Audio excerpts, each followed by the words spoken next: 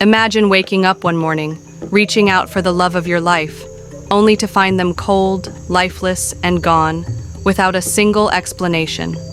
This is the heartbreaking story of Mark, a man who fought his way from struggle to success, only to face the ultimate betrayal from the one person he never expected, his own father. Was it jealousy? Was it a curse? Or was it something far more sinister? Stay with me, because this story will leave you speechless. Mark had always believed that hard work would one day pay off. Raised in a middle-class Yoruba home, he grew up with big dreams, but struggled to make ends meet as a single man. He had tried different businesses, buying and selling, working as a sales agent, even a stint in corporate Nigeria, but nothing seemed to work. His pockets were always dry, and frustration clung to him like a second skin. Then, he met Rachael. Rachael was different. She saw something in Mark that even he couldn't see in himself. She was Igbo, sharp-witted, and full of innovative ideas. She didn't care about his financial struggles. She believed in his potential. Against the warnings of her family, she married him. Love doesn't eat rice, her mother had warned. But love can plant the rice, harvest it, and sell it, Rachael had responded with a knowing smile. And indeed, she was right. 6 months into their marriage, their lives transformed. Rachael was a natural business strategist. She taught Mark how to leverage his skills, and together they built a thriving enterprise, importing and distributing high-demand products. She identified gaps in the market, made smart investments, and in no time, they were rolling in wealth. They bought houses in Lagos and Abuja, expensive cars, and expanded their business beyond Nigeria. Mark, who once struggled to afford transport fare, was now flying first class. Their story was one of grace and transformation, but not everyone was happy. One evening, Mark received an unexpected call from his father, Baba Kolawole. "Oko mi, you and your wife should visit the village," his father's deep voice crackled through the phone. "I need to talk to you."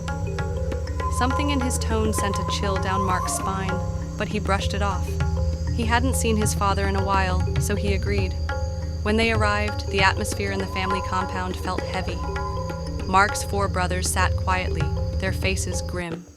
His father sat in his usual spot, his presence commanding and intimidating. He was a known traditionalist, a man who believed in ancient powers, feared by many for his rumored diabolical practices.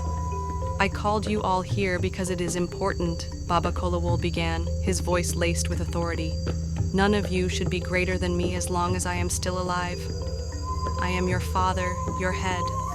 No one grows taller than the Iroko tree in its presence." Mark frowned. He had expected anything but this. "Baba, why would you say such a thing?" he asked, bewildered. His father's eyes darkened. "Mark, your wife is doing too much. Tell her to slow down before it's too late." A cold wave washed over Mark. It was no longer a warning, it was a threat. "Are you angry because we are successful?" he asked, his voice barely above a whisper. His father chuckled, low and menacing. "You will understand soon enough." 1 month after that unsettling conversation, tragedy struck. Mark woke up one morning to find Rachael unresponsive. Her skin was cold, her breath gone. He shook her violently. "Rachael, wake up! Wake up!" But she never did. Panic turned to confusion. Confusion turned to devastation. She had been perfectly fine the night before. No signs of illness, no complaints, nothing. The doctors could find no cause of death. It was as if life had been sucked out of her in her sleep. Mark's mind raced back to his father's warning. He was sure of it. Baba Kolawole had something to do with this. Driven by rage, he stormed into the police station and filed a report. His father was arrested, dragged from the village to Lagos. But there was no evidence, no fingerprints, no poison in Rachael's system, just a healthy young woman who had mysteriously died in her sleep. "Mr. Mark, without evidence, we can't hold him," the investigating officer said. Mark watched in disbelief as his father walked free, a knowing smirk on his face. As he passed by Mark, he whispered, "I warned you." Mark's blood boiled. But what could he do? The man who was supposed to be his protector had become his worst enemy. Weeks passed. Grief consumed Mark, but one thing became clear. He couldn't afford to give up. If his father truly had a hand in Rachel's death, then justice had to be served.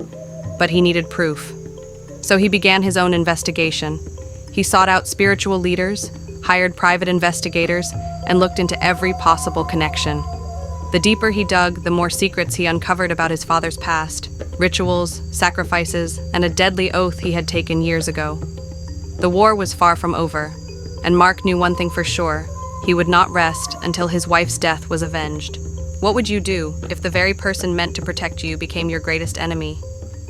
Mark's journey is one of love, success, betrayal, and an unfinished battle for justice. Do you believe in the power of karma? Or should he take matters into his own hands? Drop your thoughts in the comments. Should Mark fight back or walk away? And what do you think really happened to Rachael? Let's discuss. Don't forget to like, share, and subscribe for more gripping stories. Bye-bye.